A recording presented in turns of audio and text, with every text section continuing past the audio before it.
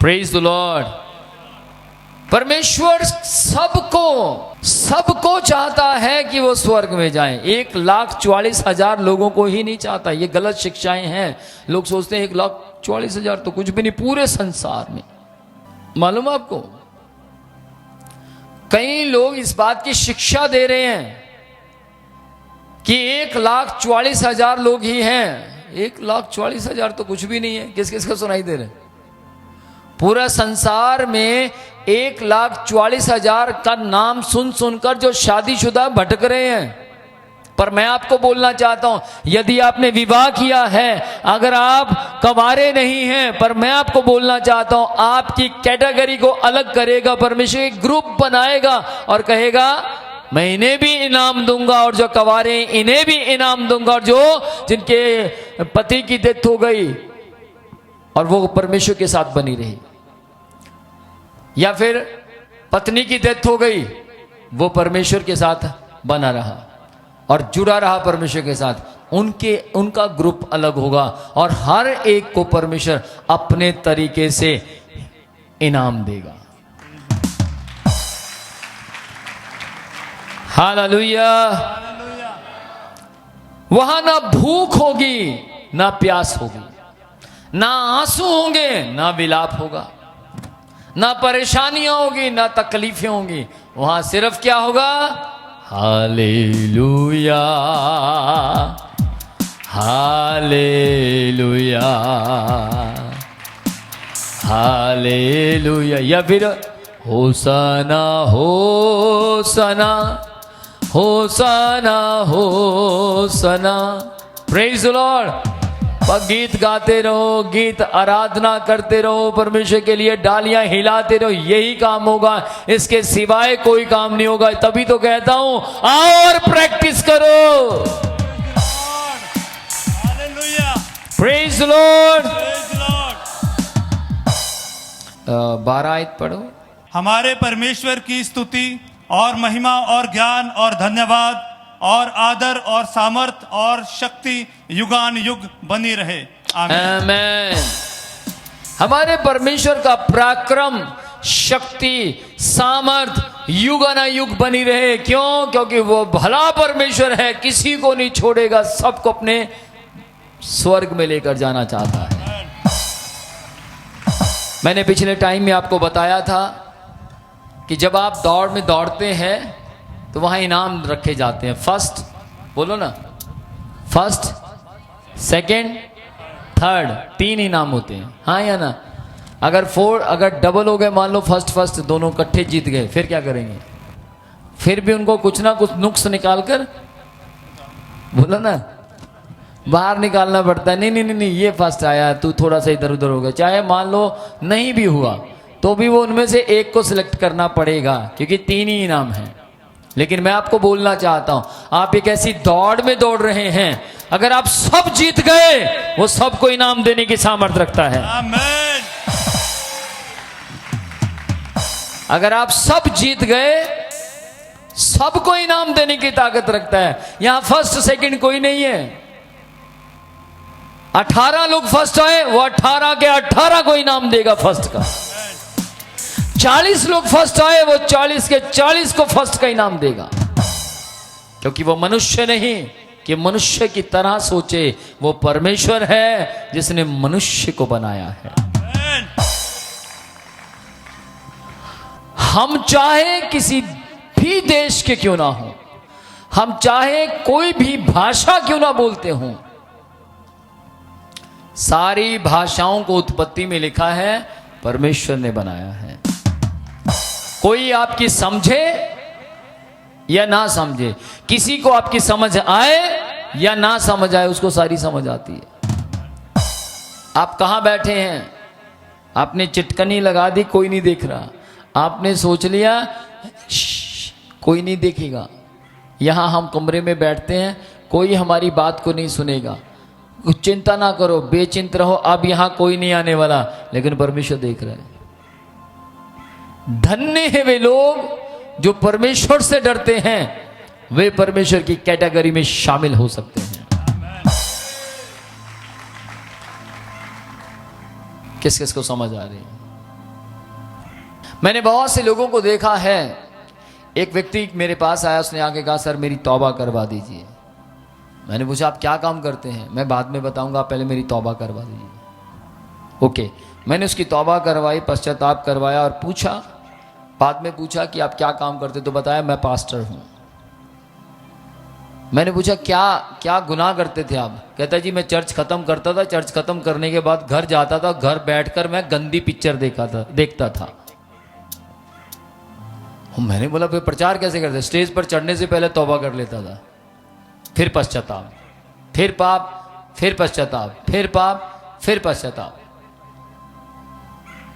लेकिन गौर कीजिएगा, परमेश्वर आपको एक बात बोलना चाहता है, मेरी वेदी के ऊपर चढ़कर मुझे बार बार क्रूस पर ना चढ़ाओ।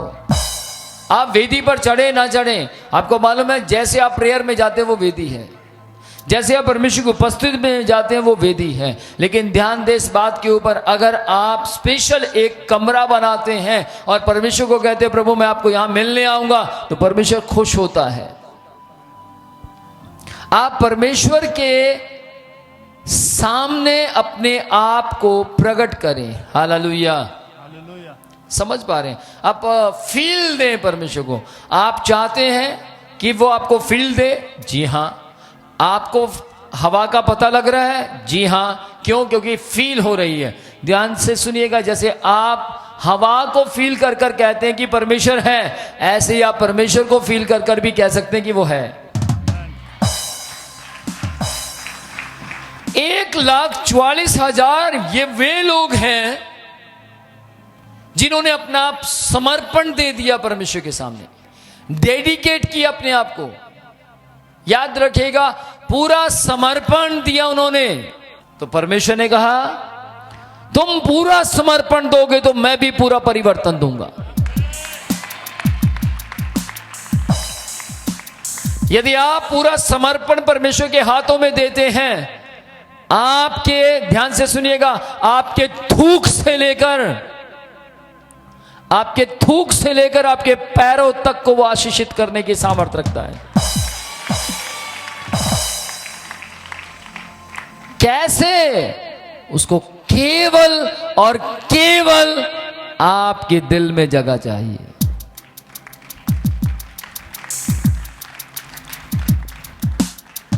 चर्च में आज आपको बोलना चाहता हूं, यदि आप 1,44,000 लोगों से हटकर परमेश्वर के स्वर्ग में जाना चाहते तो अपने विश्वास को थोड़ा हटकर बनाएं।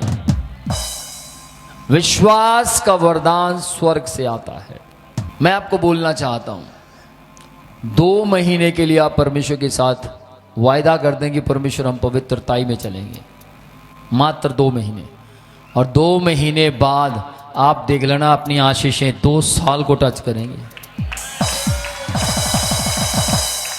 और सोचो अगर आपने 4 महीने किया तो क्या होगा, 6 किया तो क्या होगा, और 12 महीने किया तो क्या होगा। एक बार करके देखें। मुझे मालूम है थोड़ा टफ है, आपको मालूम है क्या होता है जब हम परमेश्वर के साथ पवित्रताई का जीवन जीते हैं, तो हम कहते हैं जब तक मैं पाप में था कोई मेरे विरोध में नहीं था, जब तक मैंने पाप किया कोई मेरे खिलाफत में नहीं था, कोई मेरा विरोध नहीं कर रहा था, कोई मुझे गंदा नहीं बोल रहा था, कोई मुझे कोस नहीं रहा था। लेकिन जैसे मैं पवित्रताई में आया, मैंने अपना जीवन ज़्यादा पवित्रताई में करना शुरू किया, सारे मेरे विरोध में हो गए। ऐसा होता है कि नहीं? सही मायने में क्या होता है, ध्यान से सुनना। जब आप पवित्रताई का जीवन जीते हैं तो साक्षात यीशु मसीह आपके साथ खड़ा हो जाता है।